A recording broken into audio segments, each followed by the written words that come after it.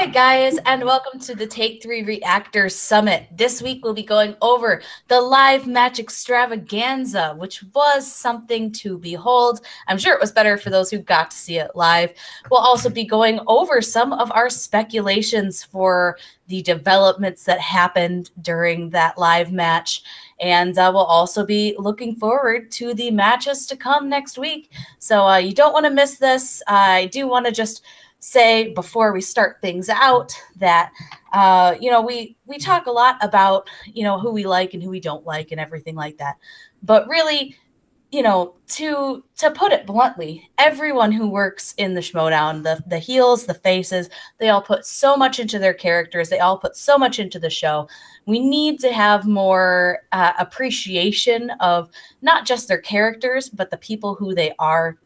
And so if you're someone who doesn't necessarily root for the heels, or if you're someone who doesn't necessarily root for the faces, and you want to leave a nice message to someone, that is perfectly acceptable. There's nothing wrong with that. And actually, I think that's actually better, because then you know that it's, you're actually talking to the person. But let's all remember that these are real people. So like, when I don't like the Lion's Den, I can still like Tom as a human being, because he's a spectacular potato, as Clark would call him.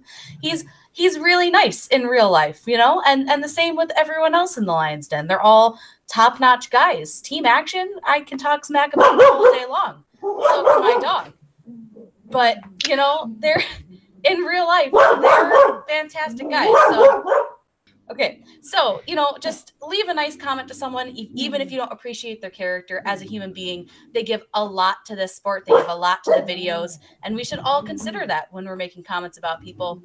And I know the page is all fun and good for playing up the character aspect of it, but let's all keep in mind that these are all human beings, and they do read these comments and they do take them to heart. So, don't always be mean to Tom, and don't always be mean to the Lion's Den, but also don't always be mean to the faces. So with that, we're going to move right into the summit. Let's go.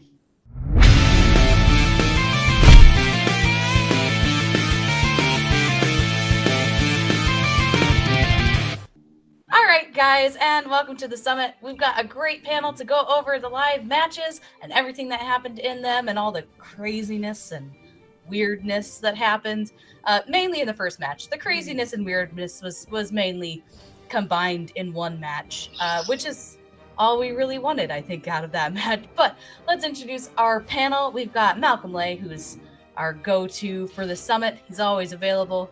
How's it going, Malcolm? I'm pretty good. Just ready to talk the live matches and my speculations. Definitely. I can't wait to talk about speculations. I think that's going to be just terrible. We're all going to be wrong, which I think is the best part. We also have Jen Kemp. How's it going, Jen? Welcome to the summit. Great. I'm happy to be back on the summit, especially, yeah, it's going to be a lot of fun to talk about these two matches.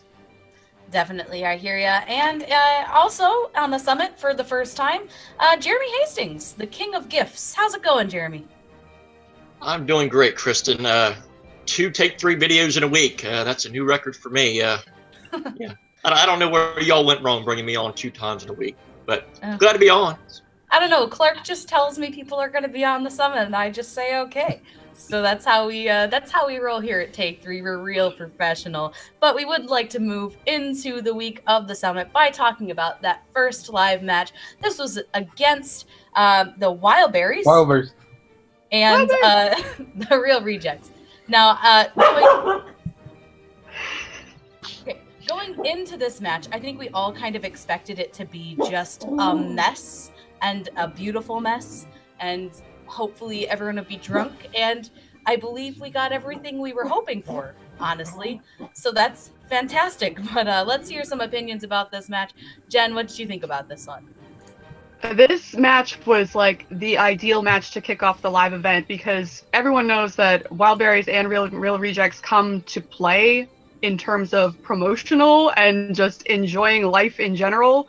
And to have just to watch the promos, it was freaking amazing, with our rap battle on one side and our beers swigging and vuvuzela blowing Wildberries. It was amazing. But this match, more than the heavy hitting match, because it was down to the wire the entire time. It was a really interesting match going back and forth, very close game, and just hilarious personalities in between the two of them. So surprisingly, well, not surprisingly, because I knew I was going to enjoy it. I did not know I was going to enjoy it this level. So just phenomenal job, both teams. Completely agree, actually. I was surprised at the level of competition, because sometimes when you think about these teams, these two in particular, but some other ones as well, you don't think that it's going to be necessarily a good competitive match to watch, but that's exactly what we got. So it was a spectacular match. Malcolm, what did you think about this one? Yeah, it was a pretty good, solid match. I mean, they had drunken antics, it had robbers, it had real rejects. I mean, it did everything you could have wanted for a live match. And I mean, the Wildberries pulling out a win, it kind of surprised me a little bit, but I mean, I knew that they both are good players, so I knew that eventually they'll get a win, drunk or sober. So Depends on your perspective of drunk or sober. I think that they constantly are in a state of in between the two, I'm pretty sure. But we're going to move over to Jeremy, our guest. What were your thoughts about this one? The match itself was really good.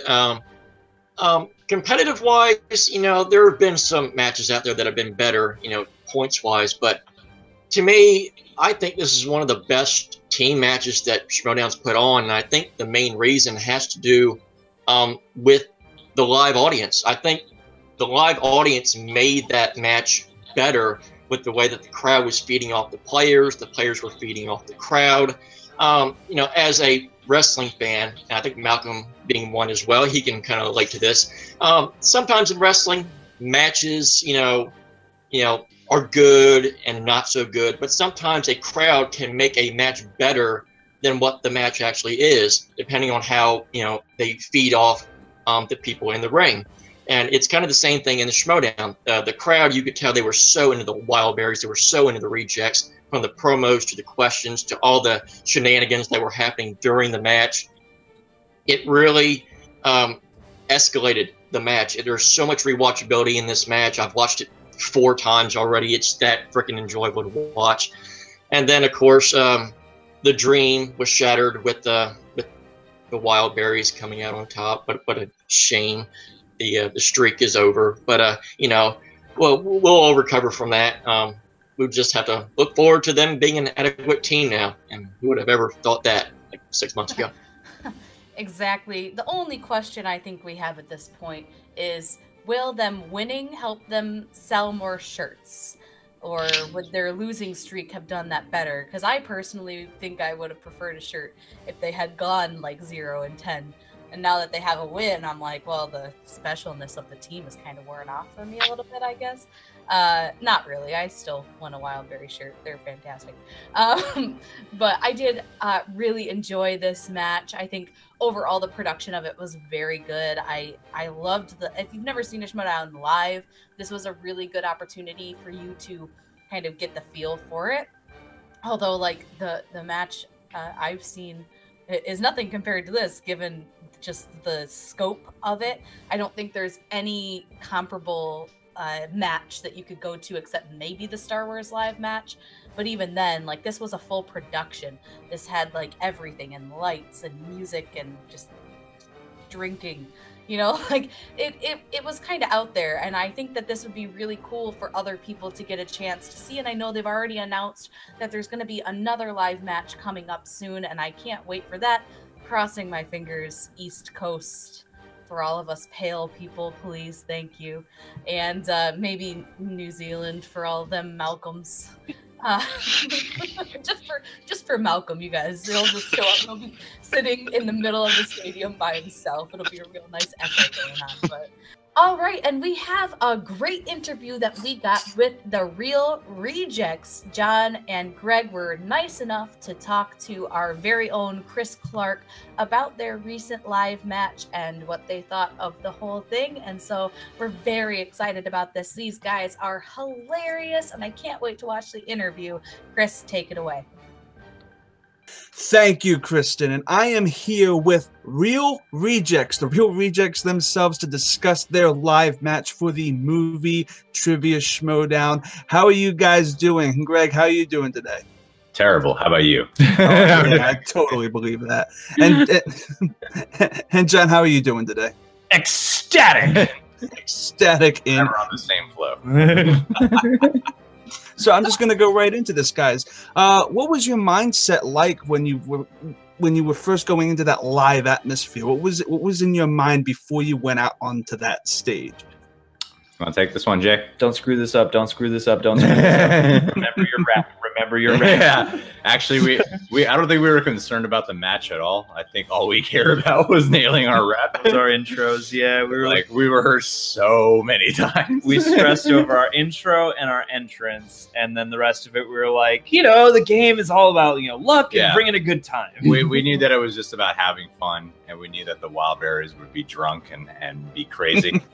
I think what kind of threw me for a loop was how, like, when the initial crowd response was there, like, who's here for the Real Rejects? And, like, no one. There was no one. Yeah. Clearly a Wildberry crowd. It was like, oh, wow. We're like, really, no one's here. We have no energy going our way. I could totally see that, guys. Speaking of the Wildberries, what did you think of them before going into this match? Well, we knew Josh better. Yeah. Josh has been on this channel, and we've been on Josh's channel too. Mm-hmm. And Elliot, I didn't feel like I really bonded with Elliot until at a recent Schmoedown match.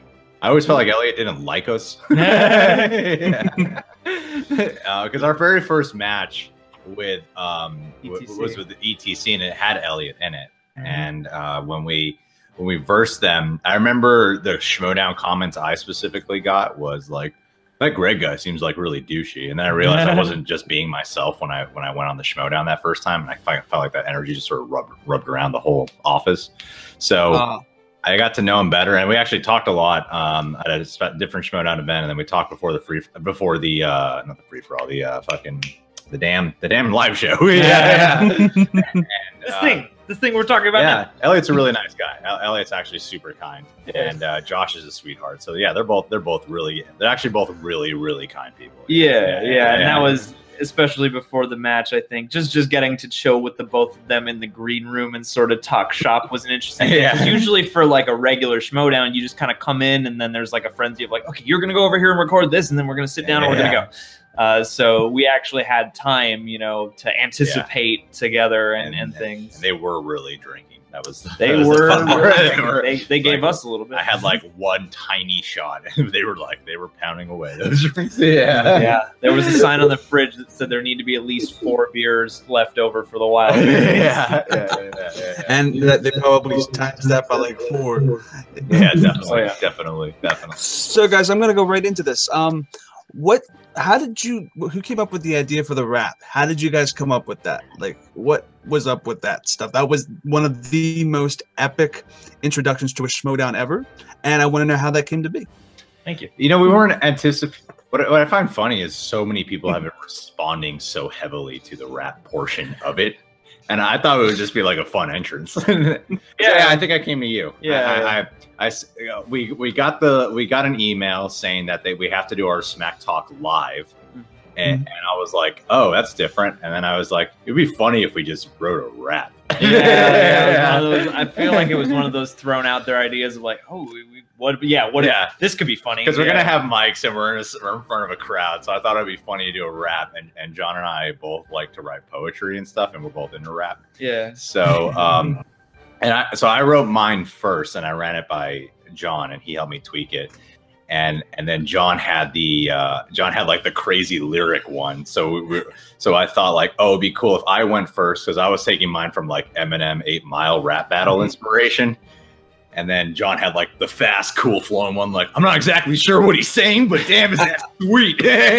I just like wordplay. So I'm like, let's do that 1-2 combo. I'll get the insults first and the slower one, and then you go fast and knock it out the park. Well, you're better at doing the direct hits than I am. Like I'm much better at being like this is who we are, and then you can do the punch throw. You're better at that than me. And it was kind of cool to come full circle with that. Like now that I think about it, because you know, we came up in the back alleys of NoHo, like freestyle battling, and then like to be able to do that, like just up the street at the El Port was pretty cool. And I think the Wildberry response, because we actually didn't hear what they were responding. Oh, you didn't?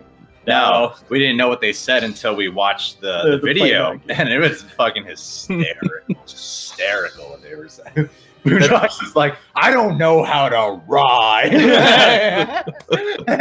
I don't prepare things in advance. And I find it funny that people that like Josh and Christian were saying like I insulted his wife's vagina. When I was like, no, I was insulting Josh and his inability to please. I didn't say anything. I wasn't like his wife has a messed up vagina. Like, there are people like acting like I'm insulting her crotch. That's not what I said. No, that was not the intent. And it was one of those. That was one of those lines where it was like, oh, are they gonna be okay with this? And then like we saw her after the show. We're like, are you all right with that? Like, yeah. It's pretty funny. It's all about theater, guys. And out of curiosity, what did you think about the crowd and their reaction and eating off of that stuff? What did you think of the crowd? It was such a, I don't know, you want to take this one first, Jay? I feel like the crowd felt friendlier once we watched the video. Yeah, right. I got kind of put in a dark place when I like halfway through the match. I was kind of in a dark spot. Yeah, because it's like, you know, it's like you can't really see the crowd very well with the way the lights are, and all you hear, you know, it's like you're focused in, but there's also you're performing, but there's also people performing back at you from the crowd, and there's Christian and Mark over here, and so yeah, it felt like a very Wildberries crowd, and so that to me was kind of a neat challenge because it's the first time we've done a Schmoedown where the crowd had a distinct opinion, and I guess what I didn't realize is there was still a fair amount. Like Christian told me after the match, or somebody told me, and I could tell it better from the videos. Like they liked you both. They were just there for the Wildberries. Yeah, you know, for them. Because I didn't realize like, oh, there were actually plenty of times we got applause and cheers and like, laughs. Yeah, it's all there on the track. Yeah, I didn't realize like just how much we got. I mean, yeah, we definitely got like booed a couple times, especially for our challenges. Yeah, of course. We'll get to that, yeah. but beyond that, I was like pretty surprised, like, oh, you know what? They were actually really supportive and clapped a lot and everything. So yeah, and without the pressure, you realize like everyone's having fun. Because we were usually in the Wildberries position where it's like, the real rejects. We want them to win. They're nice guys. They're funny. We know they know movies. They just have bad luck, so we're gonna cheer for you at the Schmoedown. And then this time it was like, oh, the Wildberries have never won, and everyone's there for them. So so and in a Zen way, then you're like, well, I guess it worked out for the best. Yeah. Of course. But then I'm gonna go right into this. Do you guys think that how do you guys think you played during the entire match? How do you think your game was throughout the entire thing? Were you happy with how you performed? Coaching wise, I think this was one of our best matches. I'm pretty happy with how we handled the challenge. Mm-hmm. Yeah, because I don't think I've seen a Schmoedown match because we challenged 3 times. Yeah, you guys were the first team to actually win 2 challenges in a match. I think Frank said we won 2 challenges. Yeah, and we also challenged one that it wasn't qualified as a challenge, but it was the one where we got a different question. Yeah, but that still worked out. Yeah, and we also took that point, so I was happy about that. And I don't feel like the crowd was like, "Oh, Greg's wearing these comic book clothes and he fucked up." But then I read the comments, and a lot of people were like, "What the hell were those comic book movie quotes?" Yeah, I think that's an easy trap for anybody. Honestly, everyone thought they had much easier questions than us, and I feel like our 5-pointer question was an impressive answer, because I feel like a lot of people wouldn't know that, but we both knew that like right away. Oh, yeah, right away. We're like, we know M. Night Shyamalan fucking wrote that shit. Yeah, and I mean, you know, every match has a couple answers that you just kick yourself for not knowing and whatnot. But looking back, especially at the tape, it was like, if they hadn't gotten their 5-pointer, we'd have won. So I'm pretty pleased with the match overall. Yeah. Had you guys, I think there was another instance where you guys were gonna challenge something, as you were saying, had all of that just worked together, by like 1 or 2 points, you guys could have probably taken it out.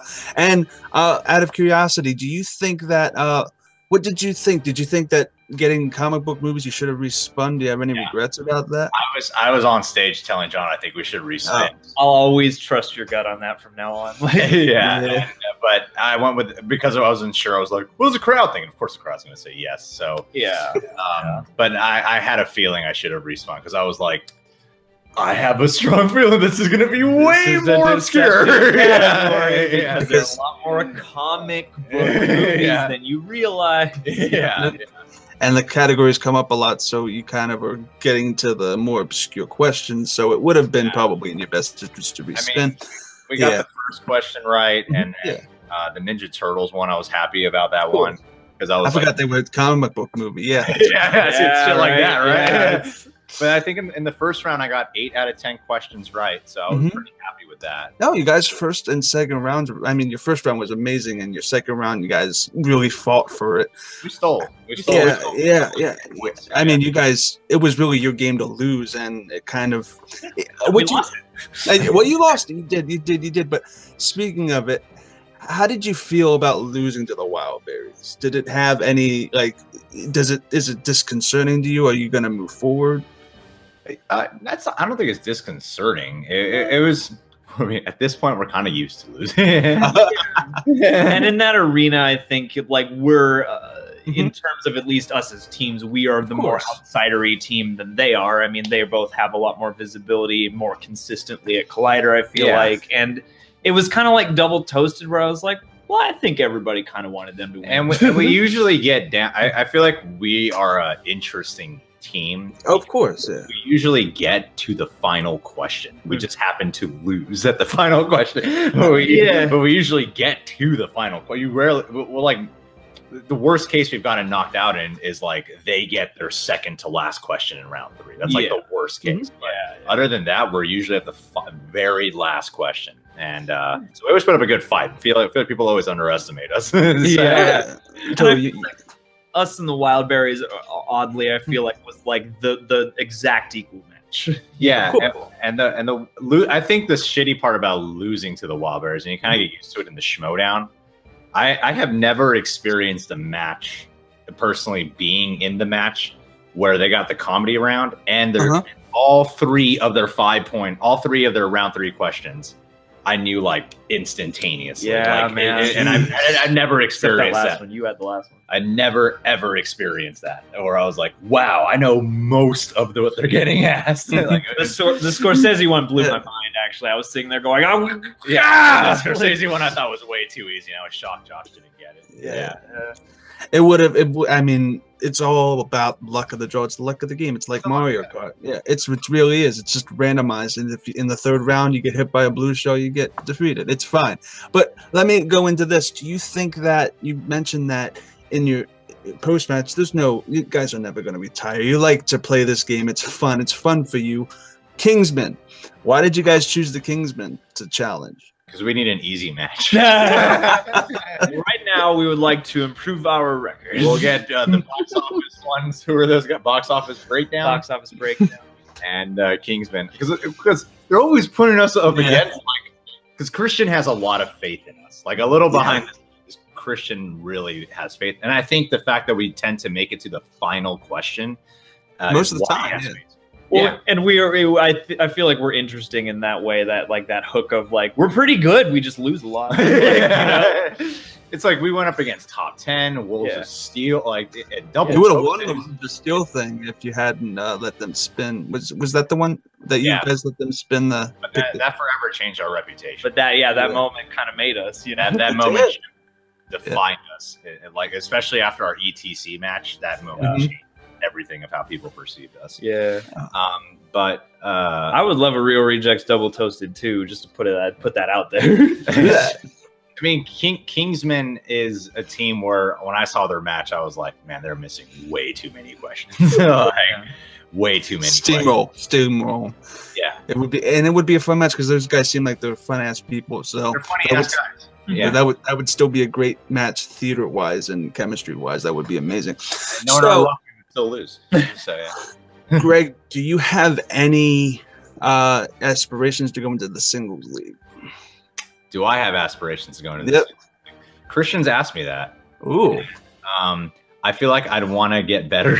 I want the Real Rejects to win a little more. Yeah. I got to get my confidence up a little bit more. I don't know. I mean, John and I are a funny duo. Ever since John won the free-for-all, plagued with comments of, John should just get a new teammate whenever we lose. And then we're best when we're together. And like we are the most complete spectrum of movie knowledge when we're together. Even if it happens to be a match where I get more questions right than John, people will still go, Johnny's good a new partner. Like every single time. That's ridiculous. That's ridiculous to me. I'm like half tempted to sometimes go to comments. Be like, well, guys, I got the one winning point question. Yeah. The one match we won. Yeah. That would be fantastic. Yeah. I think it would be fun to do a singles match. The thing is, I just don't know who I'd feel comfortable like going up against specifically. You'd want definitely somebody. Bibiani. I'll go up against Bibiani. Someone who you could break the pressure with and still laugh with. I feel like Josh and I would have a pretty equal shot. That would be fun. Yeah, it would have to be somebody boisterous, I think, is the key to that. Probably Scorpino too, or somebody like that with that kind of personality. As for you both, do you guys think you'll ever get into the Inner Geekdom League? No. Or with this? No. No.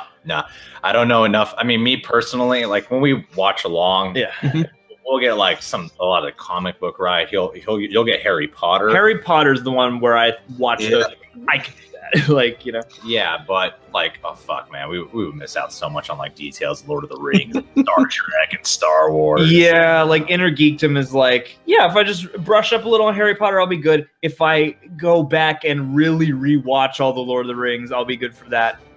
I gotta dive into Star Trek, and I gotta dive back into Star Wars, and I gotta do all this research. It's gonna become so much research. I don't think we've ever gotten a Star Wars question right. What were your thoughts on the John Roca JTE match when you saw it live?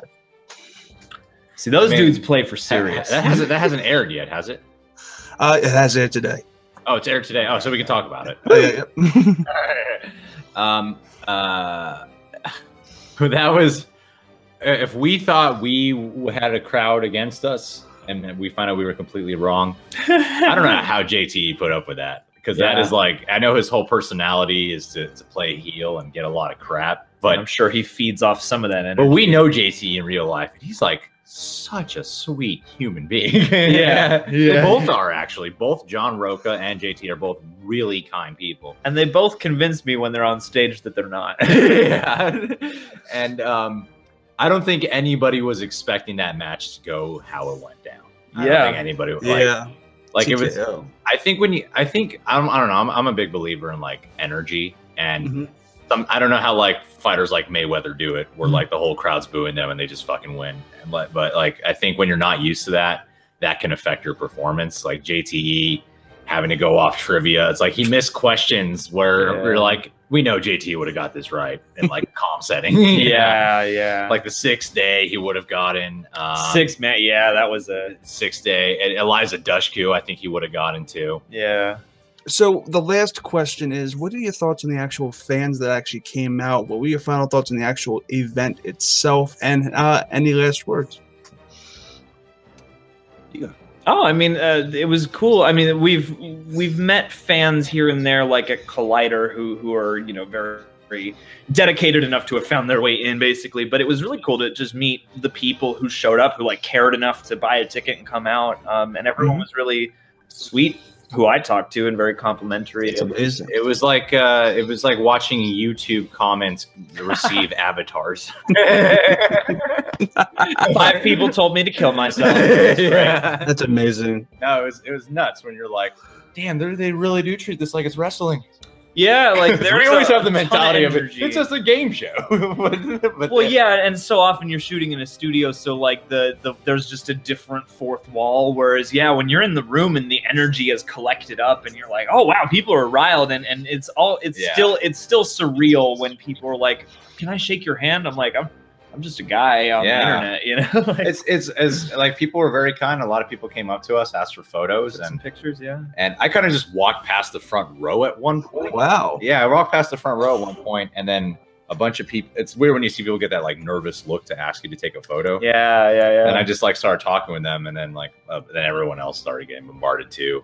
But I think I just started this chain of like, I just happen to be in the front row right now, but yeah, sure. And then a lot of people started coming in and started ignoring me. So it was cool though. It was nice. I mean, it's awesome. You guys probably felt like rock stars.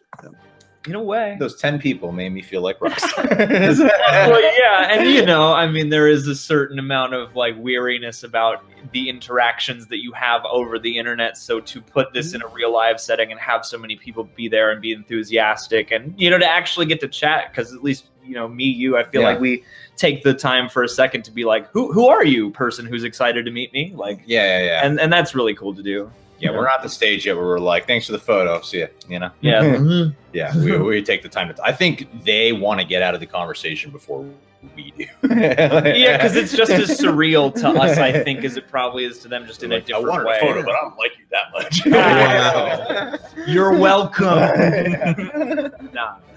No, but it was probably a huge and welcoming experience. It sounds like it was amazing. So, Greg, where can the good people find you online? I mean, other than our YouTube channel, at the Greg Alba on Twitter and Instagram, where I have ass chap photos. Yeah, assless chap. Assless, no, just ass and jeans photos. Okay, just pictures of your butt. Yeah, with jeans. And I am Dat John Humphrey on Twitter Awesome. and Instagram, because that did not fit. And and our Instagram itself is just Real Rejects. A little shameless plug there. The rest of them have the in front of it. Yeah, that is awesome, guys. Thank you so much for taking the time to talk to us here at Take 3 Productions. You can find the Real Rejects on YouTube. Make sure you watch their channel. They are amazing. Back to you, Kristen. Rock this sucker. Wakanda forever. Thanks, man. We're gonna move on to the second match now. So this was a match that I was really looking forward to, JTE versus Roka, and this I feel like has a really great rivalry going behind it, especially after that team match. But even if that team match had never happened, you looked at that promo and this thing was jam-packed full of moments that could make a rivalry.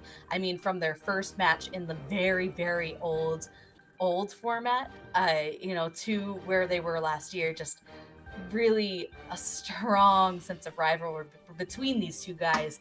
And obviously we know how it ended. Roka did end up victorious, his first time beating JTE in a singles format, and in I guess if you want to include movie fights, sure, why not? But he did end up winning, and I think that maybe the live crowd had a little bit to do with that as well. We're gonna move it on and talk about this one. So Jeremy, why don't you let us know your thoughts about the JTE Roka match? I guess as a match, you know, the match didn't quite live up, you know, match quality wise, because obviously, you know, Roka ended up wiping the floor with him. But again, the crowd just made that match just so much better to watch. You just, Roka just eating that crowd up, you know, just feeding off the energy that they gave. And you could tell that JTE was really getting rattled. I mean, as soon as he missed that first question in round 2 with 6th Day, I mean, you could tell he was just in a downward spiral, and he just was never able to come back from it. And just Roka was he completely played off the audience, and that was exactly what he needed. And it was just the perfect be-all, end-all of him finally getting the one-up on JTE and the Patriots and the Lions Den. So it was absolutely incredible. Yep. Totally. I like your point about it not being necessarily living up to all the hype, given that it was a TKO. But I think that just the, for me, it did. I mean, mainly because I'm a Roka fan, but the competition between the two and the two factions in particular, I thought was really great storyline wise. And there was a lot of things that came out of it and moments that came out of it outside of the trivia that really did work for me. And so outside of the trivia, I think personally, it totally lived up to the expectation. And, you know, like maybe if Roka had lost in a TKO, I'd be thinking a little bit differently, but he did not. So I think it was a great one. Malcolm, what did you think about this match?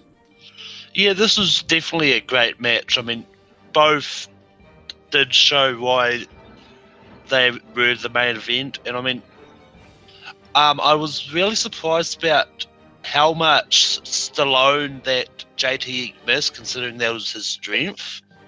I mean, Roka getting his strength was pretty much the final nail in the coffin for JTE. But yeah, I mean, it was a solid match, and the moments that actually came out of it, what was even better. I guess we'll talk about that later. So yeah, I mean, I get you, and I guess I don't know. I expected more from JTE in particular, and I think maybe coming out of that Sly and Arnie category with having the steals and missing some questions did throw him a little bit, but I always expect more from JTE at this point than I did maybe 2 years ago. And so the fact that that did throw him as much as it did was very unexpected to me. Jen, I know that you are a big Lions Den supporter, so what did you think about this one? Yeah, well, this match, I expected it to go a little bit differently. I'm not surprised Roka won. He had pretty much everything going for him, getting Westerns in the round 2 category and not even having to take a go at round 3. Never know what would have happened there. However, I will say that this is a case of the live audience carried Roka to a victory here. Because JT, of the people that played at this live event, he was the only one that had like maybe one guy in the background going, "Yay, Lions Den, JT!" Everyone else got a boost. Here, as soon as he got on the stage, it was just a cacophony of boos coming his way. And unlike Snyder, I don't think JT feeds off that as well.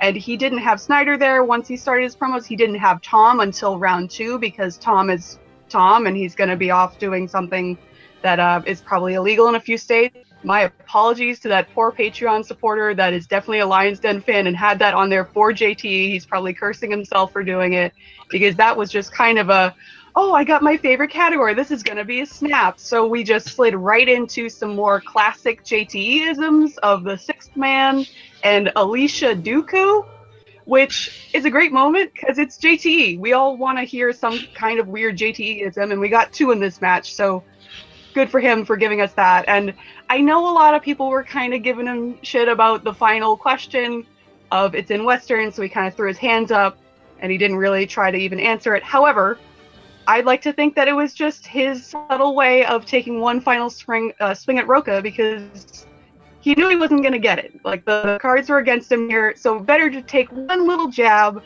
as opponent than just giving off some random answer. So good on him for playing through the end. This was a really hard match for him, and congrats to Roka, basically. You got one. You got one against JT, so. Yeah, I suppose if it's any balm to JTE fans, he has more wins over Roka still, so there is still that going for him, and like I said, I was very shocked at how this match did impact JTE because I've seen him live before, and he plays very well in front of a crowd, and I think a lot of the people on the Lions Den feed off that energy very well, and so the fact that in this case the live format didn't quite work for him is very interesting, and it's something to see for future live matches, and to make sure you're getting not necessarily the right people, but there are going to be some people who thrive in a live performance and some people who do not, and so it'll be interesting to see who they choose for the next match. And because I don't think these are going to be like, they're not going to do a title match live, I don't think. They could. I think that'd be cool. But I just think that some of the people who go and are very good at the title wouldn't necessarily translate well to a live crowd. Distractions and all that can really get to people, and I know that that's a big concern. It would be a huge concern for me because I like get distracted all the time. So that's, yep. On shows too, like this show, I'll just be like, oh, what's that outside, you know? So if it was a competition, I think that could be a major issue for some people. And so it'd be interesting to see what this looks like moving forward. But we are going to talk about that a little bit. So we're going to go over some of our thoughts on the live match structure, what we liked, what we didn't like, what worked, what we think could, maybe be improved on for the next live match, and then finally where we would like the live matches to show up and maybe who you want to see. So we're going to start it out first just talking about what worked in the live match structure. So we're going to head over to Malcolm and just give us a couple points on what you thought worked very well in this live match. I think the live match structure worked pretty well.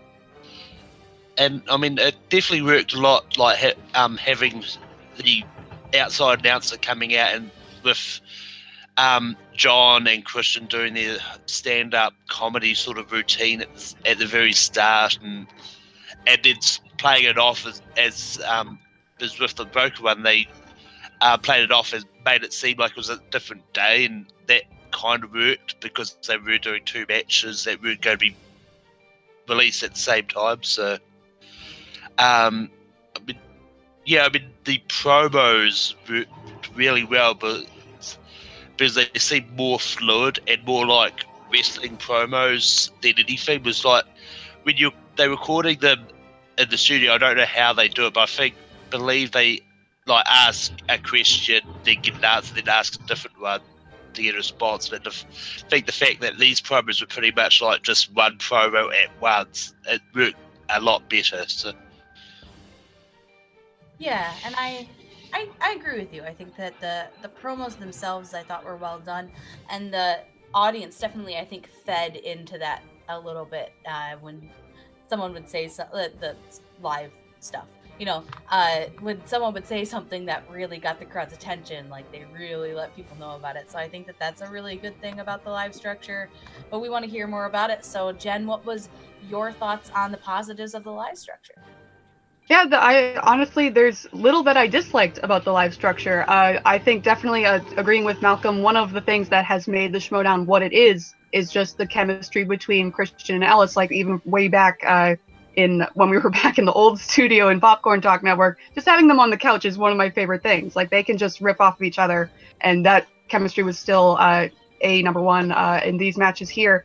I especially like that they tried to incorporate the audience by having them kind of enter towards the back. Some of them took a little bit longer than others, but just the fact that they can come down and have that little bit of fan interaction all the way down, I think is an excellent idea and just builds up that excitement even more so for the crowd. And you can feel it through the screen because we obviously we weren't there, so the only energy we get is from through the screen. So it was excellent. Yeah, little to dislike for me, honestly. It was fantastic. Awesome. And I also don't think that there's a lot. I mean, we could probably nitpick a couple things, but overall, I do agree that this, I thought, was very well produced. And live stuff is always really hard to get right because you honestly don't know what's going to happen when you start it. And that's the issue with it being live, is everything could go wrong. And you just got to work through that. But I thought that they did a really good job producing this and making sure that even if stuff did go wrong, that it was kind of worked through in a way that did not make it apparent. So we're going to move on to our guest, Jeremy. What were your thoughts on this? Yeah, I pretty much echo everything that they said. The live promos were 10 thumbs up. You know, them coming through the crowd like an actual wrestling show. You know, Corey, interacting with the crowd is absolutely everything that you would expect. It gives the feel of what the Schmoedown can be at all these live events, especially when you have players like JTE and the Wildberries and Real Rejects and all of them. So yeah, it was a lot of fun. Like you said, if there was one nitpick I could probably come up with, is maybe the fact that Christian and Mark were a little bit too far away from the players, and it kind of showed, especially during the Wildberries match, because obviously when they're wearing their headphones, like Christian had a couple times he kind of struggled hearing what Elliot was saying. So he gave him answers that he didn't actually get right. So maybe if they were a little bit closer, maybe he would have caught that. But it's a first time thing. That's kind of stuff happens. So other than that, it was really no big issue that it had. But just minor little tweaks that you can make. And but yeah, the production was great. Interaction with all the players and fans was awesome. And I can see why they want to do another one in the very near future, because it looked like it was loads of fun to do and be a part of. Yeah, definitely. I mean, if I had been able to go. I would have loved to go. This thing looked like it was just a heck of a time. And we do also, can I say one more thing? I got to give all the people that were there credit for the fact that they actually were able to keep under wraps that the Wildberries won a match for 2.5 weeks. I have to give everybody a round of applause because that is a hard feat to do. Like, I didn't even think that was even possible. So big thumbs up to all the crowd. Yeah, that I think was one of the most positive things, is that there were very limited spoilers on Twitter or Facebook or whatever. Like, I didn't see very many, so that was pretty awesome from a room full of Schmoedown fans. But we do want to see if there are any other things that we would like to see improved, because there's always room for improvement, and that's how we grow. So, Malcolm, is there anything that you noticed or you want to see evolve in the next one? Yeah, I can't think of any, but like maybe having question mark a little bit close to the players, so they could get rid of some of those moments where some questions were given that may not have been exactly right. But I mean, that's neither here nor there. That's only sort of minor. But apart from that, there's nothing much else I think they would improve it. Okay. That's fair. Hey, there doesn't always have to be something to improve, but Jen, is there anything off the top of your head that you can think of? Sure. Before I go into improvements, I would be remiss if I didn't give a shout out to Jen Sturger, who did a phenomenal job doing the post interviews. She was freaking hilarious, as she always is, and she, again, thrived in this atmosphere. But in terms of improvements, for me, I appreciated that they have both their regular filmed promos and then the live promos. But I think instead of having those classic film promos for this one, I would have liked to see kind of like behind the scenes, kind of prepping for this match. Because we have gone into more of these wrestling type promos of it's reality, but it's not really.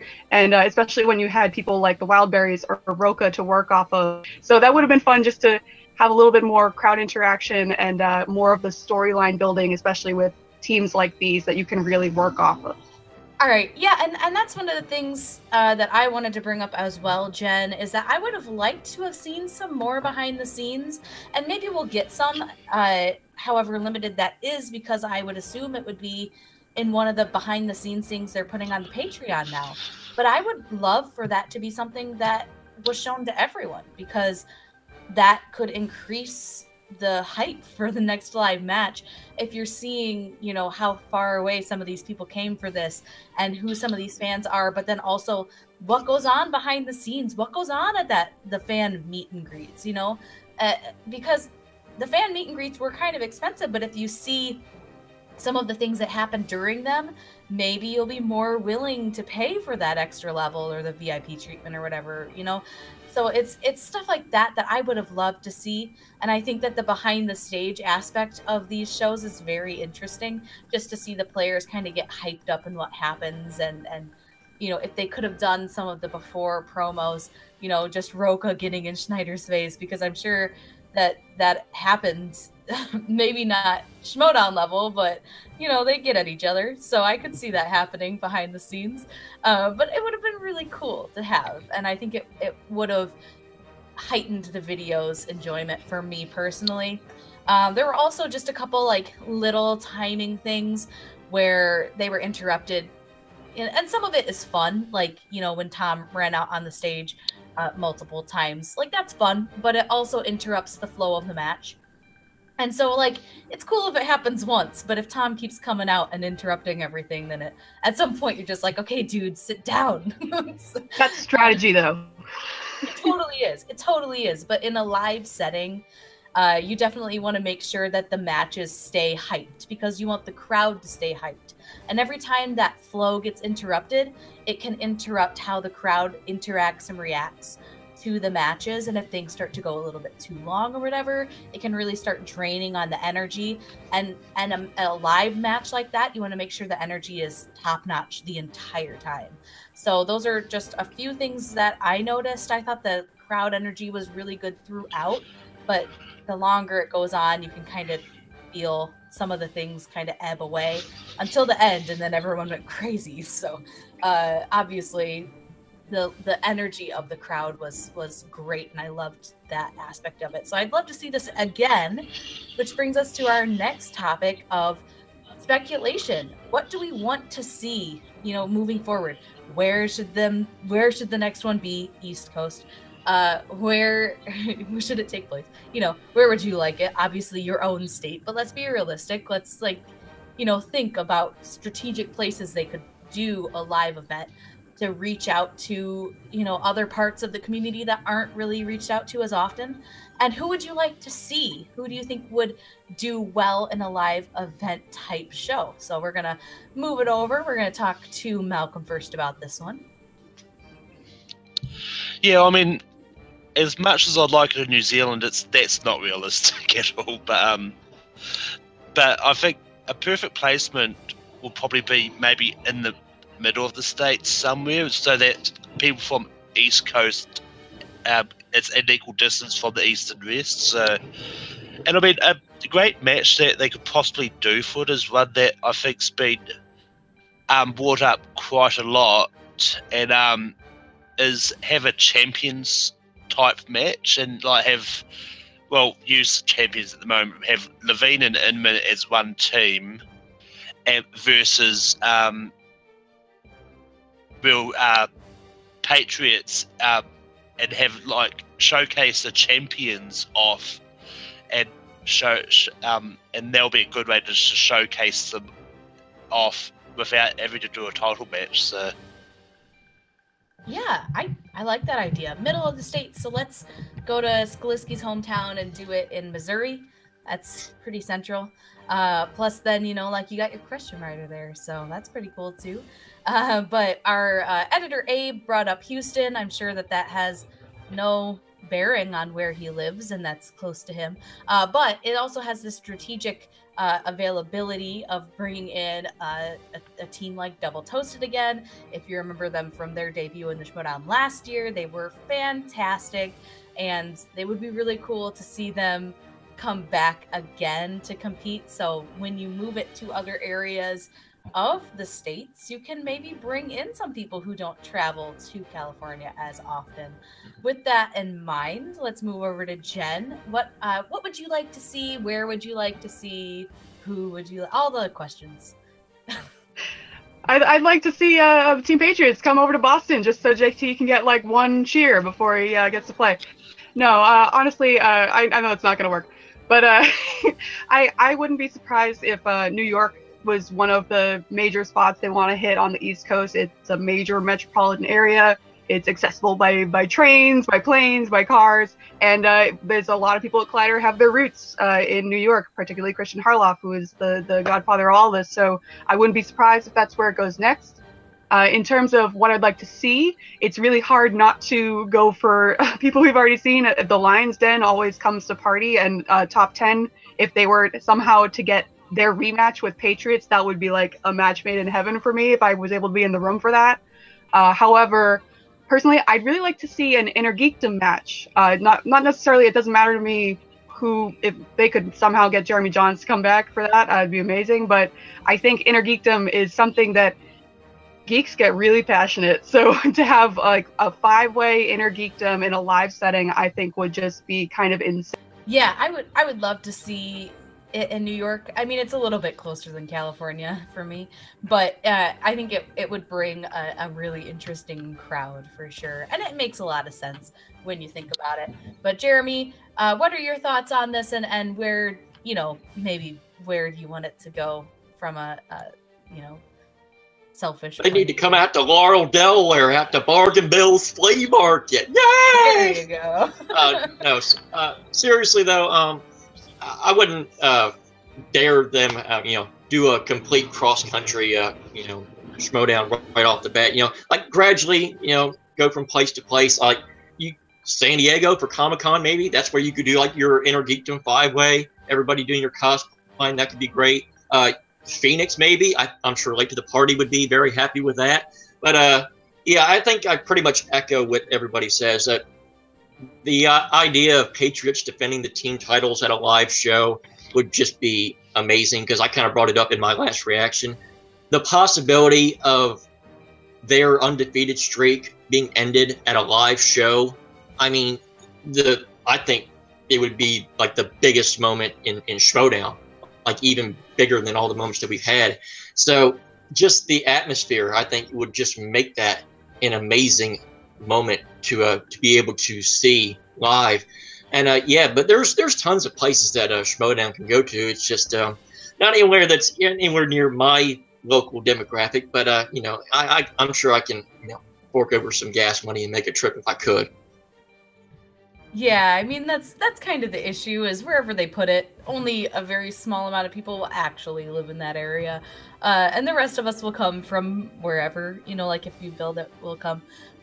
If you put it in Illinois, I'll be there, which is where I want it. I want it to be in Chicago for many reasons. One of them being that a lot of the kind of, I don't know if you want to call them like super fans, but a lot of people who are very invested in the Schmoedown live in that area. So you've got Frank, who lives in that area. Also Chris Alexakos, who you know from the top 10 match versus the Patriots. He walked them out. He's a huge supporter of Collider and top 10 and everything, and he lives in that area. Same with, I believe, the person who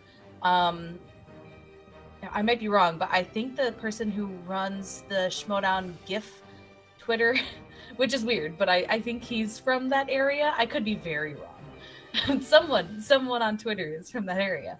But you know, it's also a nice central area because it's close enough to the East Coast that it wouldn't be too hard to have people drive from the East Coast in.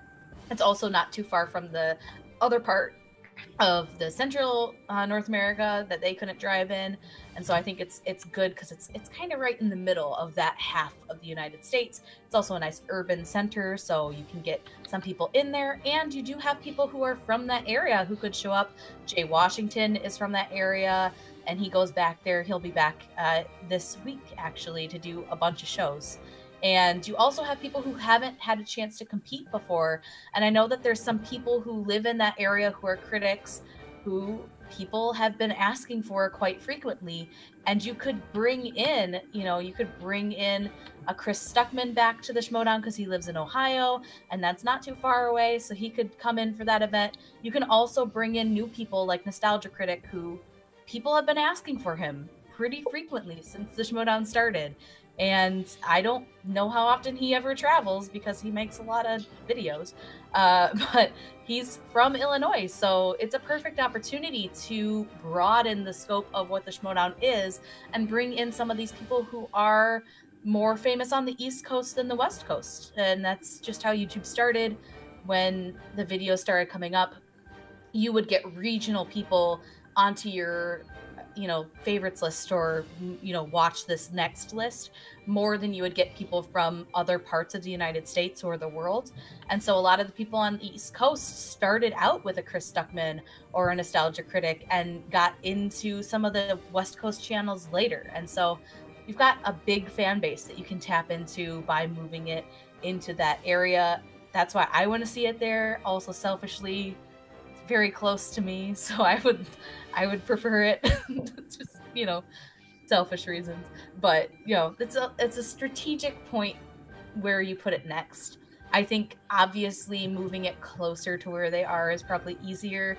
So probably Arizona, which is like, at this point, Collider 2.0, I feel like, is definitely Arizona. So I can see that happening from a realistic point of view. But I would like to see it East Coast personally.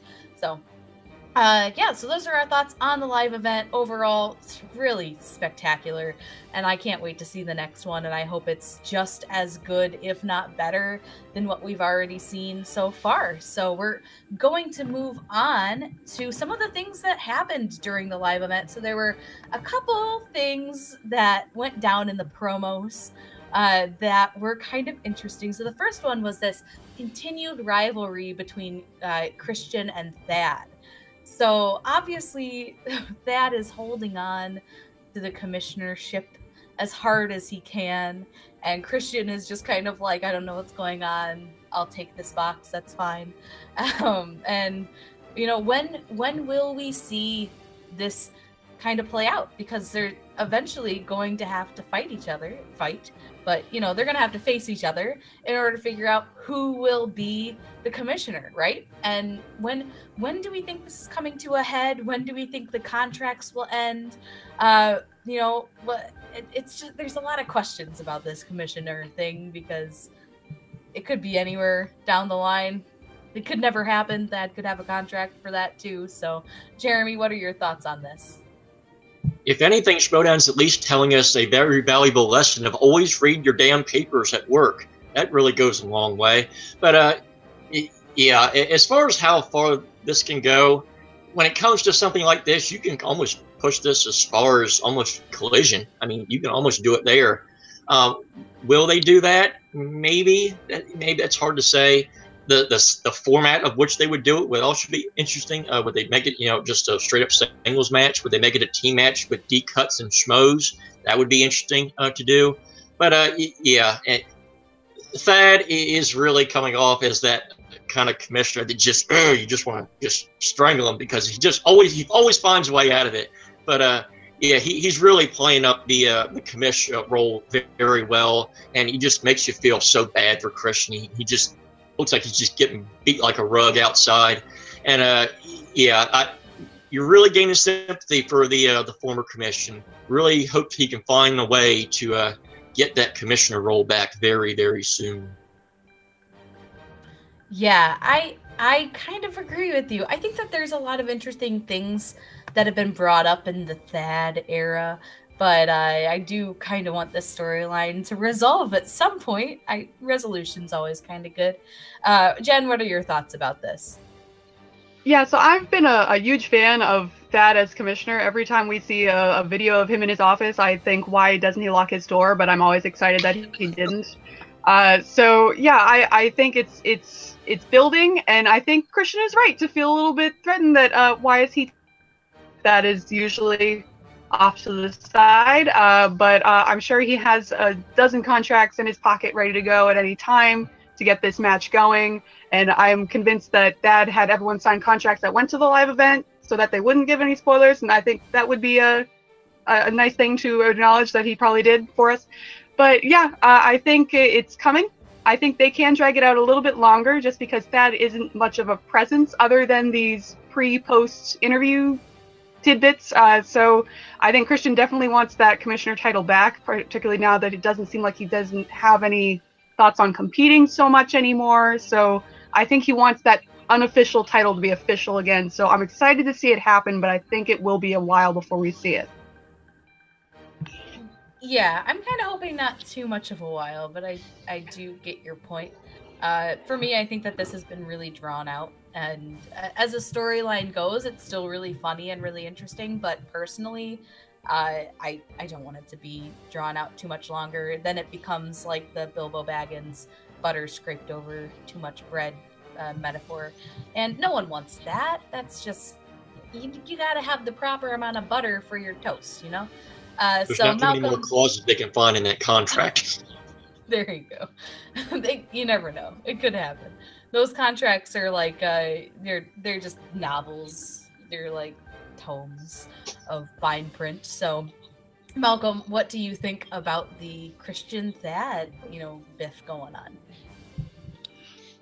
I wish Thad will release a contract so us fans can see exactly all the clauses that are on it, because he seems to bring up a new clause every time, which prevents Christian from taking it back. It's like, but yeah, I think Christian and Thad will have their collision at Collider Collision, and I mean, in a way, it'll probably be a title match. I can imagine a 5-way match for the commissioner's title. So. And I think that's probably where it's going to end up going, to be honest. Yeah, probably. And Collision, I think, is a good time for it. It makes sense in how they're kind of building up to it, because it's the next big event after the free-for-all. Unless it comes out at the free-for-all, but I highly doubt it, because that's... why would that happen at the free-for-all? but I guess you never know. They've done weirder things. But I kind of agree with you. I think it makes sense to put it at Collision or just before that as like the Tuesday before. But I do personally want it resolved soon. And I think it would be hilarious if it turned into like a 3-way match for being the commissioner and Tom came out of nowhere just to throw that in because everyone wants Tom secretly to be the commissioner just to be crazy. Because who wouldn't want Tom to just walk out with the Gucci bag every time he had to talk about the Schmoedown? I think that sounds, besides Jeremy, we all want that. We all want it secretly on the inside. We all kind of want that chaos. So yeah, so that's my you can call it chaos, but you cannot. You got to admit that Tom gets things done and he gets it done for his teams. He's the most. It would be very interesting, but something would happen.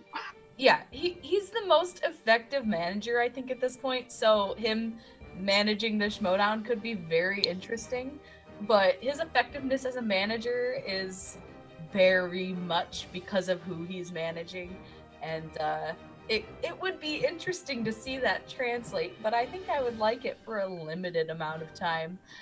And so there's our thoughts on that piece. The next piece was this 5 Club reveal, and I thought that we were actually going to find out who she chose, but she did. She revealed who she chose to get that #1 contender spot, and we got some more answers about what that would mean. And so it was revealed at the beginning of the JTE Roka match that this is not a shot at the championship, right? They don't get the belts or a chance at the belt right away. They do have to go through a #1 contender spot, and they get to choose who their opponent is out of the top 10 singles players.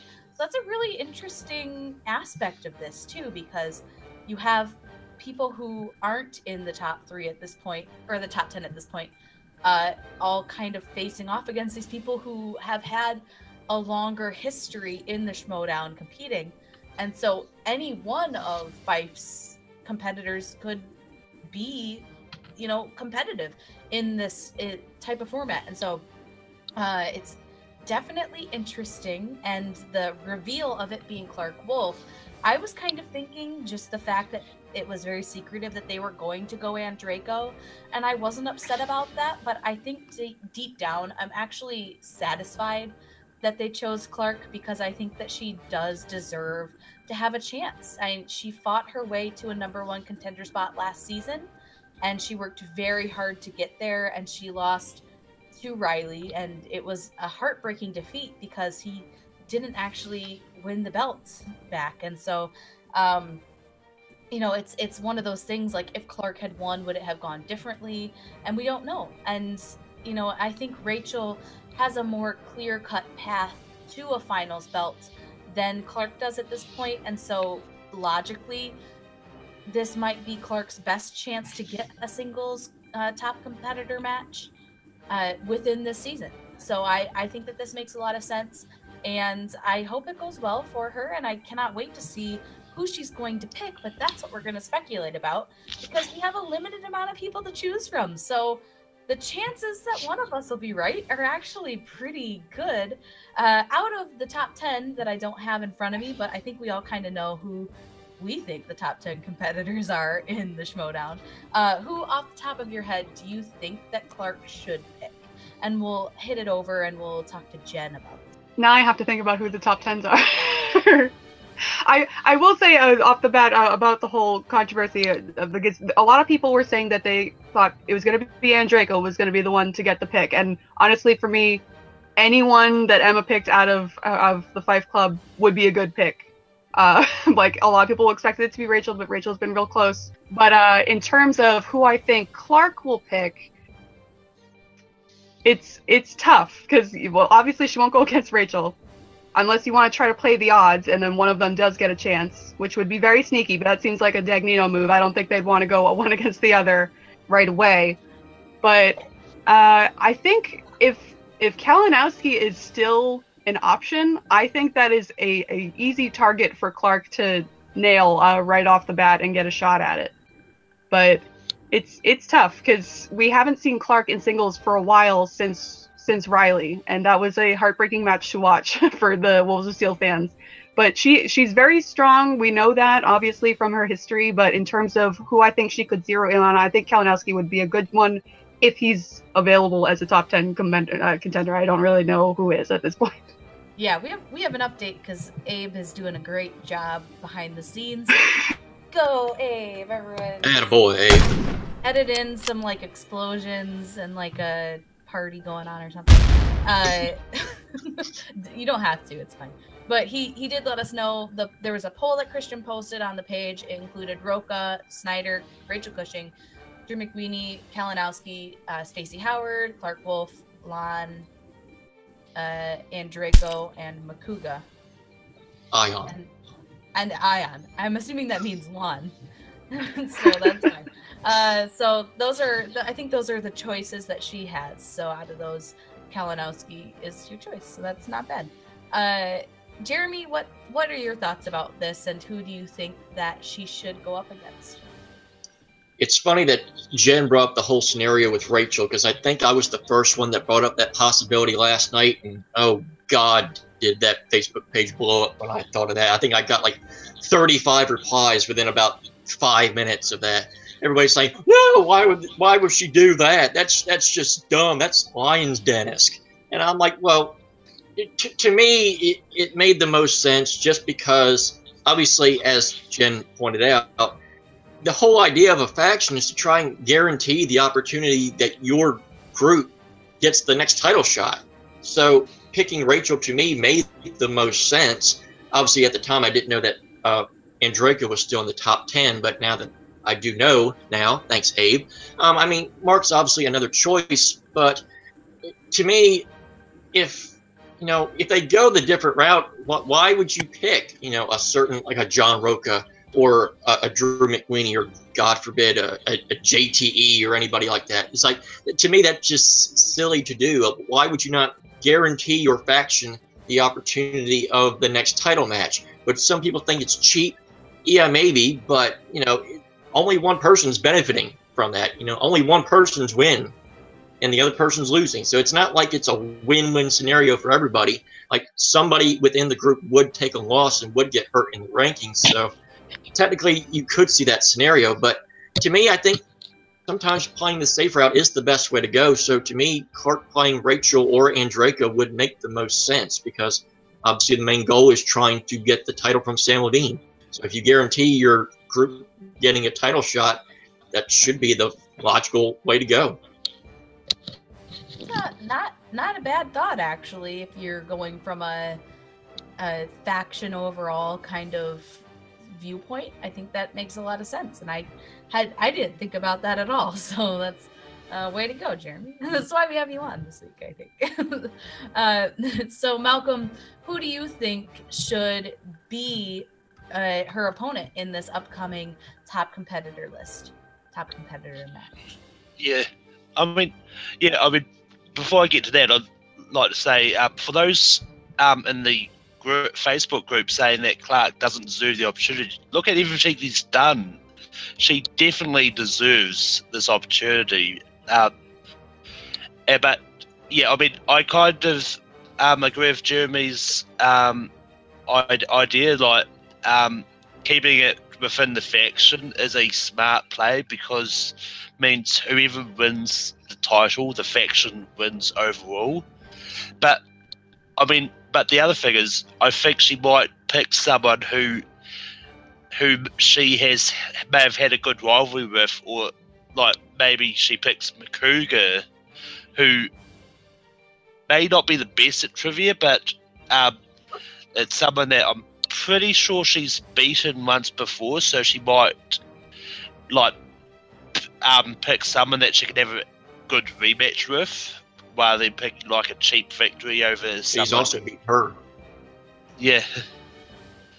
Well, yeah, that I don't think there's been a third, so I mean, if they have a third, then that could be a rubber match, so that'll be a good pick as well. So that would be kind of interesting, since we've never got our Mance Roka number 3. Maybe we'll get our Clark Makuga 3 instead. Definitely the third match everyone's been hoping for. But it does, I think it makes a lot of sense to kind of choose, I wouldn't say the weaker options from that list, because they're not necessarily weaker. It's just that their categories that they're good at are a little more specialized. So like a Kalinowski or a Makuga, they're very, very good at certain categories. And if they get those categories, then they very easily could win the matches. And if they get categories that they're not as good at, then that's usually when you see them losing. And so I wouldn't necessarily say they're the weaker competitors. I just would say that they're not as wide in their knowledge as some of these others, like, you know, like Roka or McQueenie. Those guys, I think she should stick away from the, you know, them. And Lon Harris, I just think you should probably stay away from him as well. Because he's like one of those guys that wins by one every match he does, and so just kind of weird, and I don't trust him. Sure, we'll go with that. But I think also a match against Stacey Howard, I think, could be really interesting, because it would be a competitive match, I think, because she can play very well. And none of these are a surefire win for Clark, but I think that Clark has an edge on some of her strengths that Stacey wouldn't have. And I don't know that that would be the same with Kalinowski, but it would be interesting to see maybe a match with Stacey. But I kind of also want to see Kalinowski and Clark. I think it would be a good matchup. But I definitely want this to be a good match, because I don't want people I don't want people going around and saying that, you know, Clark just lucked her way into a title shot if she wins because she chooses a Kalinowski or a Makuga and, you know, destroys them, right? I don't want this to be one of those situations where people just harp on her for choosing someone who's weaker and then getting the title shot. Like, that's not what any of us want to see. And it's not fair to her because she's playing the game, and it's not fair to the people she's competing against because they're in their own right strong competitors. They're obviously on this list for a reason, and they should be, you know, they should not be seen as these guys who don't know anything. And I think that's unfair to them, it's unfair to Clark, and it's unfair to the league as a whole to even suggest that, you know, the fact that she's getting a shot is unfair. So I want the match to be good and competitive, and shut some of those naysayers up, because that's not what we want at all. So that's our speculations on the Clark Wolf announcement. And the final thing we got, which was probably the most mind-blowing, was something that they said in the match they had no idea they were going to announce, and then I don't know how true that is, but if it is, like, well done, that's pretty cool. But they're gonna bring back the 4 Horsemen, and this is official from Roka, and so it'll be interesting to see who those 2 additional people are. We have no idea at this point, but we can speculate who it's going to be, and that's exactly what we're going to do at this time right now. Jeremy, if you had to pick 2 people to join the 4 Horsemen faction, who would you pick at this time?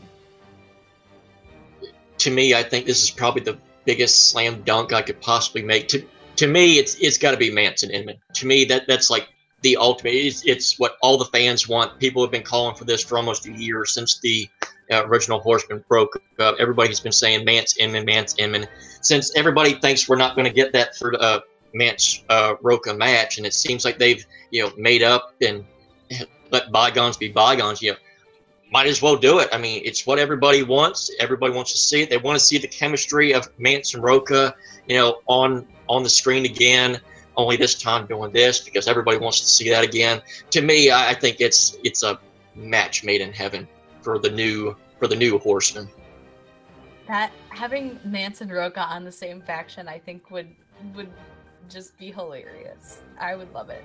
And that would ensure that we would never ever get that Mance Roka 3. So thank you for that suggestion. But I think it's not a bad suggestion, because you do get that inner geekdom presence, and that's something that I think that faction needs. It also gives you another strong team in your faction and singles players as well. So I think that's a good good suggestion, honestly. And I didn't think of that one, so good job. Malcolm, out of the current competing people, or, you know, whoever you want, I don't care. Pick whoever you want. Who do you think is going to be the 2 additional people on the 4 Horsemen? Well, I think Dale the Dude, he's been appearing quite a lot with top 10 nowadays, so I think he's pretty much secured a spot as part of the 4 Horsemen. And as for the other one, I think there should probably be an Geekdom player. Maybe they pick out if Jamie beats Donica, then I think Jamie could be a really good Geekdom player for the top 4 Horsemen. Jared? Wait a minute. Yeah. Jared! Yeah. I think that would be actually that makes sense, because Dale is very involved in the top 10 performances at this point anyway, so I think that is a natural progression. I don't know that I quite think that Dale has competed enough to warrant a spot in the faction yet. Neither has Jared, but he has a second match on the ropes at least. But I kind of want to see a little more seasoned, but the thought process behind it, I think, is very like natural progression type thing. So I think that makes sense, but we'll see. Jen, who do you want to be part of the 4 Horsemen? Yeah, these are all good picks. I think the getting Team Trek on there with Jason Inman and Scott Mance I think it's a really solid fit. However, deep down, I still want to see that Mance Roca 3, so I don't quite want that one quite yet. I think, and for a lot of the speculation of the 4 Horsemen need an Inner Geekdom player, I think they have one. I think it's time for Roca to step into the ring, because he already has a step up on the competition being a Star Trek fan. Go back and watch any Inner Geekdom match, and whenever Star Trek gets spun or rolled or whatever, you hear like an audible groan from most of the players of, I don't care about Star Trek. Roca cares about Star Trek. Also, Roca is the only player that cares about the Hobbit movies. Even Rachel Cushing, when the Hobbit movies come up, she's like, okay, we're gonna get through this one, but okay. But so I think it's time for him to step into the ring on that. So not necessarily going after a Geekdom player. I think it is important to get another team, like an actual team, into the 4 Horsemen. There has been a lot of movement in the background videos of behind scenes and stuff of seeing Brianne Chandler breaking away from Stacey Howard and getting a little cozy with Mike the Killer Kalinowski there. So if that team were to form, I would love to see that team move over to the 4 Horsemen to have another Inner Geekdom player in there and a solid team if they actually did match up at that point, which would be sad to see KO's actual team die, but it would be a really interesting matchup to see those 2 actually come together. And Brianne, I think she would do a phenomenal job representing in the 4 Horsemen. It'd be nice to get an actual woman into that faction, because you kind of need a little bit of mixing up if it actually happens. Yeah, that's an interesting idea, and I don't think people have thought about that team being a potential at this point, but it makes sense because they've been teasing that there's something coming up with them, and there have been no announcements of what that is going to be, so it could potentially be that they're going to join into a faction outside of the one that Mike's already in, so that could be interesting. My picks, the far-fetched pick is Team Action, because, you know, the father-son reuniting moment that could happen is, I think, something that we all want to see. You know, heart-melting forgiveness story of father and son coming back together. But it'll probably never happen. And outside of that, I think one of the strongest teams in the league right now is, well, there's 2 really strong teams that are unsigned. And Team Trek was already talked about. And I think that they're a strong team that people forget about. And also Above the Line. They do not have a faction. They're not part of a faction.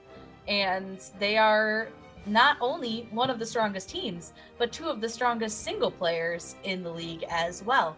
And no one has them in their faction. So if I'm John and Matt, and I think about who I want in my faction, I want the strongest people. I want the people who, you know, one guy has the belt, and they got so close to having the team's belt at Spectacular, and I think that that's a very intelligent choice if they did want to go with that. Whether or not Drew and Sam actually accepted it is another thing entirely, but from my perspective, I would prefer, but I would think it would be an interesting group dynamic to have all of them in one group. And like, how scary would that faction become if it had Sam and Drew in it? That would be so scary. No one would want to go up against them. I don't think that's terrible. And then after all that talk, it's going to be Hal Rudnick and Bibiani's wooden horse. Yeah, you get Hal Rudnick in there. That'd be great. Hal's a great guy. He's really nice. Whether or not he's good at trivia is another thing entirely. But so that's our speculation for what we hope is going to happen for the Four Horsemen. Obviously, we don't know when this is going to be announced, and so we could be waiting quite a while, especially if this is something that John did without actually telling Christian about. That could be kind of interesting. But we do want to shoot it over to Matt Kearns, who has our fantasy update, and that is brought to you by fantasymts.com. And he's going to let us know all about this week in our Take 3 Fantasy Trivia thing. So, Matt, why don't you let us know what's going on? Hey guys, Matt here for your fantasy update of the week. First thing to talk about is going to be Take 3 standings. In first place, we have Team Corgi's Kristen Smith with 123 points. John Roca definitely helped you out this week. In second place, we have Immortan Jen's Schmoeboys with 111 points. I believe she had JTE, so that's definitely gets the points. Kind of, maybe not so much. In third place, we have myself with the Yodi Alliance with 75 points. In fourth place, we have That Movie Geek Jacob London with 71 points. In fifth place, we have the Penguins, Chris Clark, 68 points. In sixth place, we have Evan DeGraff, Tiny Carricks with as well 68 points. And in seventh place, we have Abe Flores with Super Epic X Team with 66 points. We're starting to get into the season. We're starting to get a lot of regular players playing again, so this is definitely the time when you're going to see when you're really going to see sort of the changes. Now, Take 3 trades.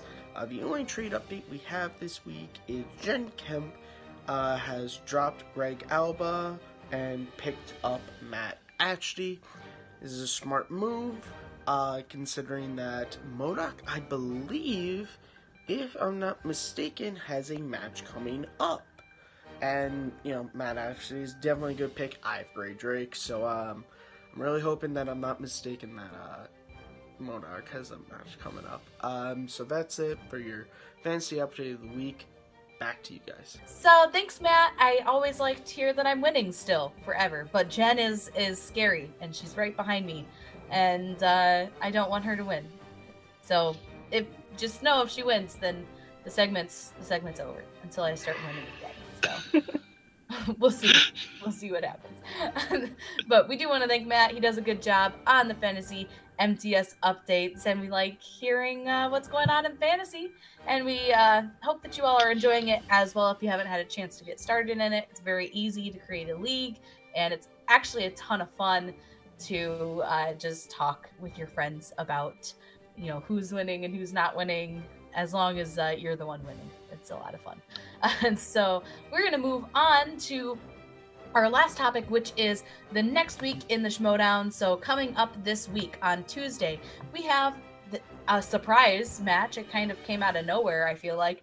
Above the Line versus MODOK. And on Friday, we have the Inner Geekdom Championship. No, not the championship. The Inner Geekdom top contender match between Donica and Habon. And we also have the RB3 versus Stacey Howard match that was put on Patreon this previous week. And so that's actually going to be the undercard for that Inner Geekdom match. And so that's going to be a really cool week. We get 3 matches, which is always fun.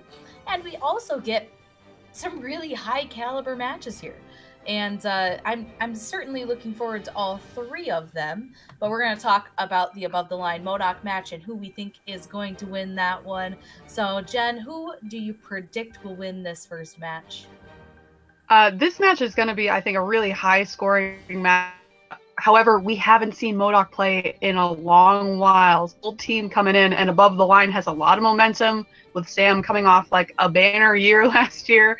So despite the fact that Above the Line couldn't quite face up to the Patriots, neither could MODOK, so they're in very similar situations. I personally have someone on Team MODOK on my fantasy team, so I'm really rooting for them. But I think the winner is going to be Above the Line, but it's going to be really, really close, and I'm very interested in seeing this match. I certainly think that this is going to be a very close match. At least I hope so, because it's got some great teams in it, and I can't imagine that it's going to be a blowout, but we will see. And Jeremy, who do you think is going to win this one? This is tough for me because, you know, when it comes to MODOK, yeah, it's been a while since they've played, but, you know, if you think back to their last match, that team title match that they had, they came within, you know, a bad Boris impersonation from a Matt Ashby from potentially being the champions. They were that close to being the new champs and beating the Patriots. So we know that they're just as capable of beating the Patriots as much as Above the Line was. In terms of head-to-head, it's hard not to go against Above the Line just based on what they've done and what we know they're capable of. It's hard to say that there's a weak link of any of all those players. I still am not sure how much Gray can bring to MODOK. Obviously, she's shown she doesn't quite have, you know, the movie knowledge that Ashby has, but she has shown that certain categories she can hold her own and can sometimes be better than with Matt at. So it's going to be high scoring. I can definitely assure that it will be that, but I got to give slight edge to Above the Line, even though it would not shock me at all if MODOK does pull this one out. I think that's an accurate way to think about this, that we shouldn't be shocked if either of the teams win. They're both top tier teams. Malcolm, who do you think is going to come away victorious from this match? You know, this has been a long anticipated match for me because if I remember rightly, this one was announced near the start of the year, and there was talks of Patriots choosing either that one or top 10 versus top that to place the winner, but I think scheduling meant it got pushed back. But I mean, for me, it's going, like everyone said, it's going to be really close. I think I've got the slight edge to Above the Line on this, even though I would like MODOK to win because I've got them on my fantasy team. So. At the end of the day, we always pick with our fantasy team. Well, I don't have either of these guys on my fantasy team, and so I really don't care who wins, but I do think Above the Line will... Oh, actually, skip that. I have Sam Levine on my team, so just joking. Above the Line.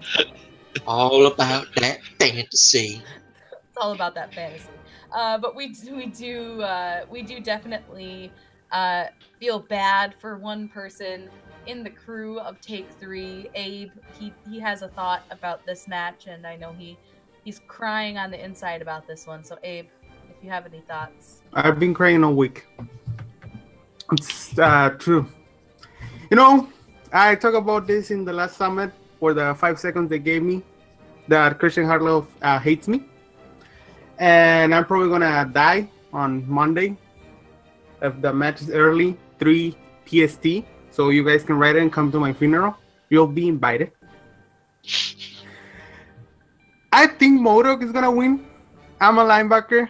I think MODOK is one of those teams that you won't knock out. You will not get it to the ground. They found to the end, and they show it in all their matches against Top Dad, against there's most of the times against Top 10 at the beginning of the Collider era.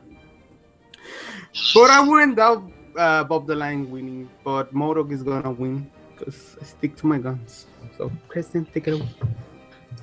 All right, Abe, and we feel bad for you. I mean, this is a hard place to be in when your two favorite teams are going up against each other, but I'm sorry that you have to go through this, and we will all feel less bad because we don't have to go through this. Sorry. They do need to up the stakes of this match, though. MODOK versus Above the Line. Winning team gets a shirt. Oh, there you go. Yeah, I think that's a really good thing to have on the line. And it would make a couple people real happy if Above the Line finally got a shirt. So we want shirts. We want shirts. Definitely.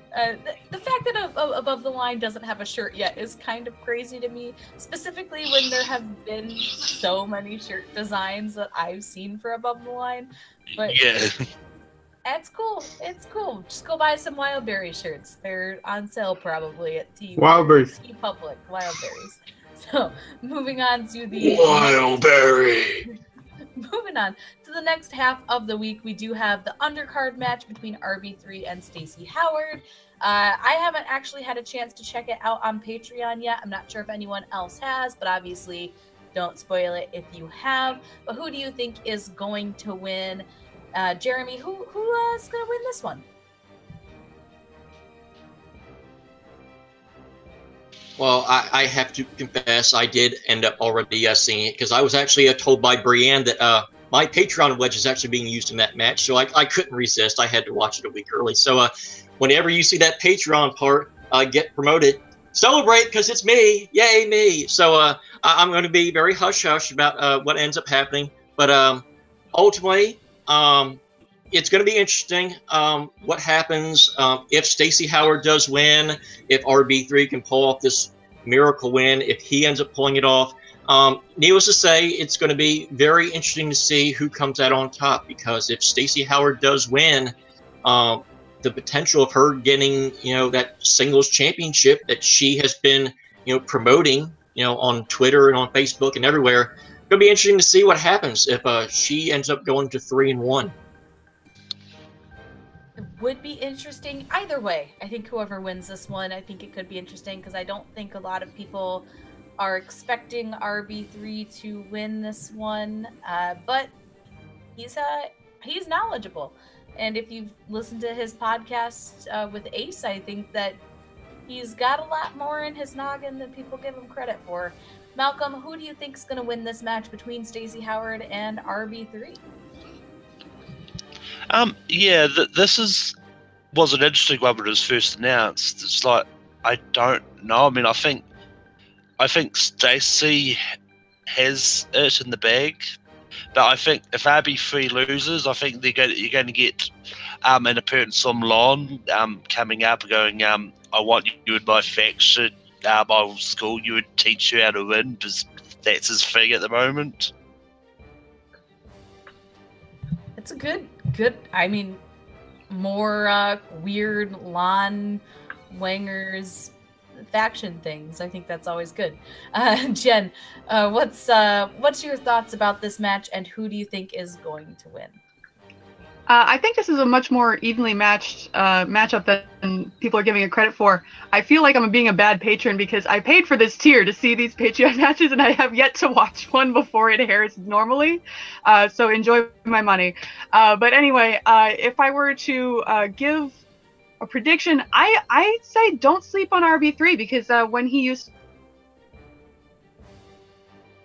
it actually was called, even though when I think Wangers, I think Cobster and Cody, but Cody refused to get behind the desk at that point. So I think when he was matched up with Cobster, he really was the heavy hitter of that team. He carried that team a little bit. So he's been studying more and more, and that he's a student. So he is just gaining more and more knowledge. And if you watch his show with Ace, the meaning of, it is an excellent program. I highly recommend it. And he's super knowledgeable, but as is Stacey Howard. But Stacey is coming off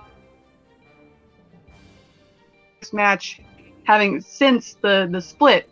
So there's a lot of demons she got to work on in her head there, even though she has Jay and a couple more people. I can't even remember what they're calling themselves right now, but the snake people, whatever they are. Viper Squad. Thank you, Viper Squad. Snake people. Yeah, but I think it's going to be a really interesting match. But my pick is RB3 for the win. But it's going to be really interesting. It's really going to be all about that round 2, what people roll, because, yeah, evenly matched. Yeah, and I think that people sleep on both of these competitors. And I remember during the tournament last year when Stacy was going against Mark Ellis, I think a lot of people just assumed it would be a walk in the park for Mark Ellis, and obviously it did not go that way, much to my chagrin. And also RB3, I think people just see him as a low tier player, and he's very knowledgeable. And if you talk to him about film, he knows a lot about film, and he has a different perspective on it, and I think that that can maybe help him. But we'll see. I do think that Stacy's going to win this one because she has had more experience recently, and she's also, you know, been in some tougher matches recently as well, being in that tournament. But I don't think it'll be a blowout by any means. I think that it'll be a very tight match, and I'm really actually looking forward to this one. And I'm with Jen. I pay for these early access to matches, and I haven't seen one early yet, so darn reactions, and we have to film them the day they drop and not the day they're on Patreon. So that's also interesting side note. We found out after the first Patreon match, you know who the backstage interviewer is for these Patreon matches. Yeah, Brianne Chandler. Brianne. Mm-hmm. That's going to be very interesting, win or lose for Stacey Howard. Yeah, there's going to be some drama backstage. That should be.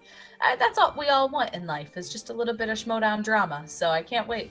It's gonna be great. But then our last match is that Intergeekdom match between Donica and Jared Haybon. And so, you know, Mark Donica in his first match came out and just was scary good.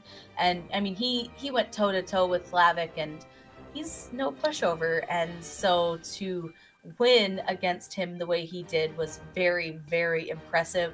And then you have Jared Haybon, who in his match TKO'd everyone, and 2 of the people TKO'd them before they even got to the 3rd round. So he's not, you know, a bad player either, and it'll be interesting to see what he does against a player who is more his level.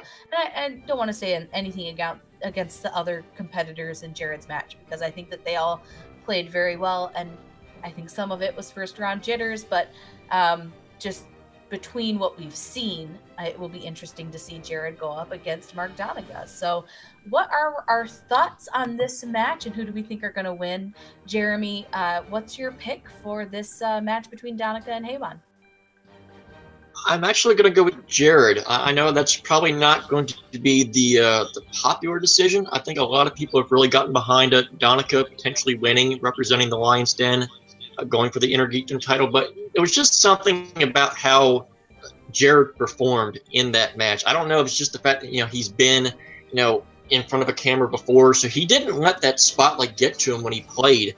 And just the way he ultimately performed in that match. I mean, like you said, 1-0 with 4 knockouts, like the highest prize you could possibly get after one match. That's gonna be a hard act to follow for anybody that ever, you know, supersedes in the Intergeekdom. So I think ultimately, I think the categories that Jared knows, I think he's actually got a little bit more of an edge in, because I think, if I remember correctly, I think he knows a little bit more about Lord of the Rings and The Hobbit more than Donica does. I think he tried to steer away from those in his match. So I think Jared is the more well-balanced player, where I think Donica has more strengths, where he, like, the stuff that he knows, he really knows. But I think Donica's, or Jared, excuse me, Jared's the more well-balanced player. Like, I think he knows more of everything, whereas Donica knows stuff, but there is some stuff that he's not quite as strong in. I think that might end up going in Jared's favor in this match. Yeah, that's an interesting perspective, and I agree that sometimes the person who wins is the more level player, and so I think that could come into play for the match. Malcolm, what are your thoughts on this one? Yeah, this is really hard to call, because you've got Mark, who who did really well in his match, and you've got Jared who knocked everyone out. And I think I'll give it probably the slight edge to Jared, just because like what Jeremy just said, like he seems to be more rounded in his knowledge, while Mark had some sort of gaps that even he knows as well. But I mean, whether or not he's been studying in his time off from competing, we don't know. We'll find out. Yeah, and I mean, it's interesting when people who are more consistent don't do as well, because you know, just what comes up or that second round really can make or break you. And if you're a more consistent player and the other player gets their strength, then it's not always easy to come back from that. And so it's basically these types of matches all kind of come down to that second round, and depending on what that is, I think will determine the match. But Jen, who do you think is going to win this Intergeekdom match? Yeah, I think this is an excellent matchup coming with all the newbies that we've seen in Intergeekdom this year. These two both had a very solid debut showing. On Jared's side, I think he had a blowout. I think you can't really deny that. Nothing to be said against the other player, but because he was really pushed to the limit on his match when it came to Adam Hlabek, who he's my exhibit A of why you can't just look at wins and losses when it comes to the Schmoedown, because he is always the bridesmaid, never the bride. He always does a fantastic job playing to the end, and it's always like 1 point off every time he can't get that win. But Donica, he was phenomenal in his debut match, and I hope to see him continue through this one as well. But I think it's going to be really close, and I'm curious to see if they can do just as well in this second match as they did in their debut. So I think the pressure is in Donica's favor just because he was really tested, whereas Jared had a little bit of an easier run. It was more of just he never lost control in that match. So when he's up against someone who's a little bit stronger, it could go a different way. Yeah, and personally for me, I think that the strengths that Donica has are very scary. And especially if he ends up hitting one of those, because that can really push Jared into a tight spot. And being a more even player doesn't necessarily translate well into points in that second round. In the first round, I think being the more even player is better, right? And so I think that first round, I think, will be very even. I think both of these guys could do well in the first round, maybe give the edge to Jared in that one. But the second round is where it can get dangerous if Jared doesn't have a good wheel spin or get something that he's not familiar with. I think that this could be really dangerous for him. But if he gets something that he can do well in, or at least get multiple choice, it could go very well. And the same could be said for Donica, but I think second round for someone who's more of a specialized player is much more dangerous. And so there's a very high risk reward for a second round for a player like him. So personally for me, just going with the safe bet, I would pick Jared, because that second round is such a high risk reward for Donica. If he hits something that he is really, really bad at, he can walk away with 0 points from that round. And so just going from that, I think, you know, it could be very dangerous for him. So the safe pick would be Jared, and I think he's a cool guy, and I think that it'd be cool to have him win. But either one of these guys, I don't know that they hold a shot against Inman, and that's just because he really, really knows his stuff. He is a force to be reckoned with, and you have to be just top-notch to beat Inman. So it'll be interesting to see what happens after this. But this match, I think, will be a very good match, and it should be pretty entertaining for everyone. So that's our wrap-up of the Schmoedown in this week and the coming week. And so we want to thank you guys all for watching and hanging out with us. And let's go through the panel and find out where you can find everybody online. Jen Kemp, where can people find you? You can find me on Twitter and Stardust at JKMemeQueen, rooting for the Lions Den, surprisingly. I like everybody. But you can find me here on Take 3 and on any kind of Facebook page that's talking about Schmoedown, I'm there too. Awesome. Jeremy, we want to thank you for guesting on the show today, and it's always good to have new people, but you have been kind of a fantastic guest to have this week. And where can people find you and your amazing gifts? You can find my amazing gifts on the official Movie Trivia Schmoedown Facebook page. That's about the only place that I post them. But you can find me on Twitter at WWEJTH1, and you can find my own personal JTH Reacts to the Schmoedown on my own YouTube channel, JTH. There's nothing more than that because, you know, I'm not creative like that. Hey, sometimes you just need to have something simple. Three letters works. Malcolm, where can we find you? You can find me on Stardust, Letterboxd, and Twitter at Malcor. On my own personal YouTube channel, Malcolm's Middle Earth Media, and also doing various videos on Take 3.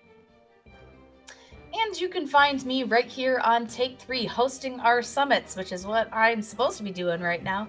And you can also find me on our channel's reactions and also playing Pokemon, most likely with Chris on Family Game Night.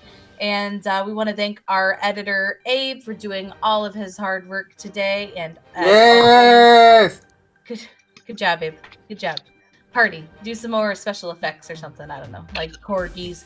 If you could put corgis dancing like right over here, I think that'd be pretty cool.